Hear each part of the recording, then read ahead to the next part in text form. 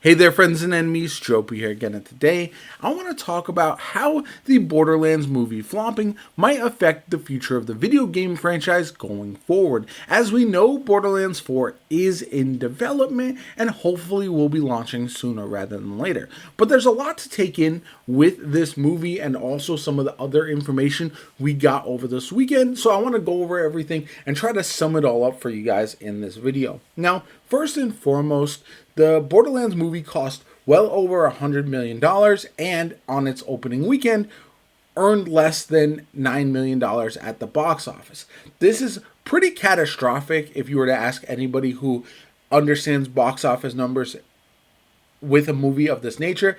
The cast was very expensive. It was probably miscast in a lot of ways, which was a warning people got when they first saw the announcement of this movie. And the other major issue, and the reason I think it completely underperformed, especially you look at Deadpool and Wolverine, which is the first R-rated movie to make over $1 billion, and then you have Borderlands, a franchise which is known for over-the-top violence and edgy humor, only being rated PG-13. It does feel like they had to tone it down to a degree that it just didn't fit the tone we know and love. And that's really unfortunate. I wanted this movie to be successful just because I love the franchise and I want more eyes on. We've seen games like The Witcher, games like Cyberpunk have these resurgences when the adjacent movie or show does really well, and it really boosts the player base. And talking about all of that,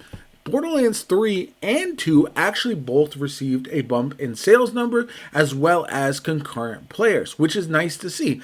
Both are at the highest points we've seen in years. Borderlands 3 also got an update which allows you to skip to the very end game with a brand new character, which is very nice. But also, Borderlands 2 didn't get an update, and it still got a bump in players and a bump in the sales. So I think both of that is good. The game is currently on sale as well, which is very, very nice. And I think ultimately that leads me to believe that fans of the franchise will come back, and people looking to play Borderlands will jump into the game if the game is done well. And I do think that there are a lot of factors to consider. I think Tiny Tina's Wonderlands was very successful. Its post-launch content was not very well received. It didn't have the staying power that they would have wanted, but ultimately that was a successful new adventure, in my opinion, based upon their sales and everything like that. They learned a lot from that game. Borderlands 3, wildly successful, struggled with the story, but also improved upon too in a lot of gameplay elements. And I feel like my hope is that they have learned lessons from all these different games, and so forward they can come together and try to do a better story with the improved gameplay, a better endgame loop, better co-op options as well, maybe more seamless grinding and farming for new weapons and everything. That would be fantastic, but all of that kind of summarizes why I think Borderlands 4 will be even more necessary to be a success for Gearbox going forward. Now, with the movie flopping, we know that it's not going to stay in the news as long as if it was a resounding success and they were able to make it into a franchise. I doubt we're going to see a sequel for this movie at all. And so, all hopes have to be on Borderlands 4, so they really have to put everything into this game, which I think ultimately is a good thing. A lot of times when you see these companies put out their best work, it's when they know they have to deliver and give the fans what they want. It's when companies like this get complacent and they feel like no matter what they can put out there, that they're still going to hit their sales numbers, they're still going to be wildly successful. That's when we start to see a dip in quality and more likely a dip in innovation. And hopefully this movie flopping spurs the heads of those at Gearbox, everybody in charge of making the next Borderlands movie, really understand how important it is for this next one to be a resounding success.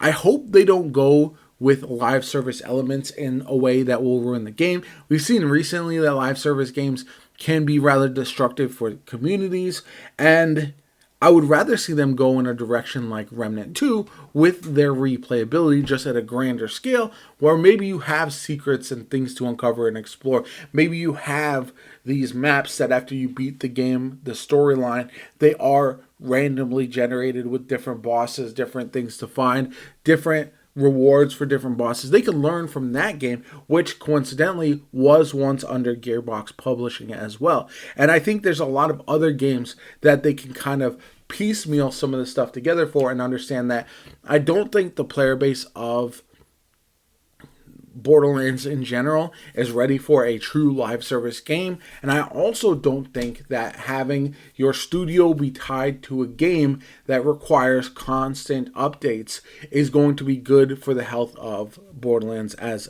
a whole.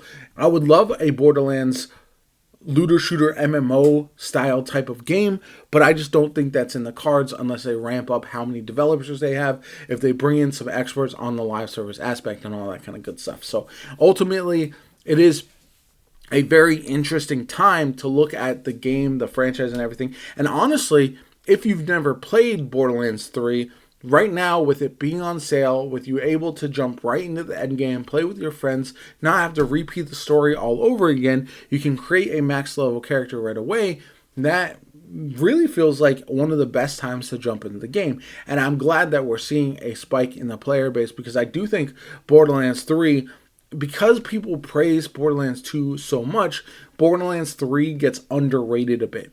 The storyline might not be for everybody, but that's not really why you're playing a Borderlands game long term. Everyone loves Handsome Jack. Everyone loves the Borderlands 2 story, but the replayability was not there in the same way as it was for Borderlands 3, in my own personal opinion. And I think that's a sentiment that a lot of people who have still been playing Borderlands tend to agree on. So hopefully they can learn lessons from all these different games. You can improve upon Borderlands 4. Maybe we see another Tiny Tina's Wonderlands game, but that will really depend on Borderlands 4 being successful, in my opinion, so they can continue to take risks and try new things. And that's something that I'm really looking forward to. I think Borderlands 4 is probably going to release next year at some point. I don't have an idea on when. Hopefully it's not around the time frame of Grand Theft Auto 6 or anything like that, because that would be disastrous. Maybe towards the middle of the year would be awesome.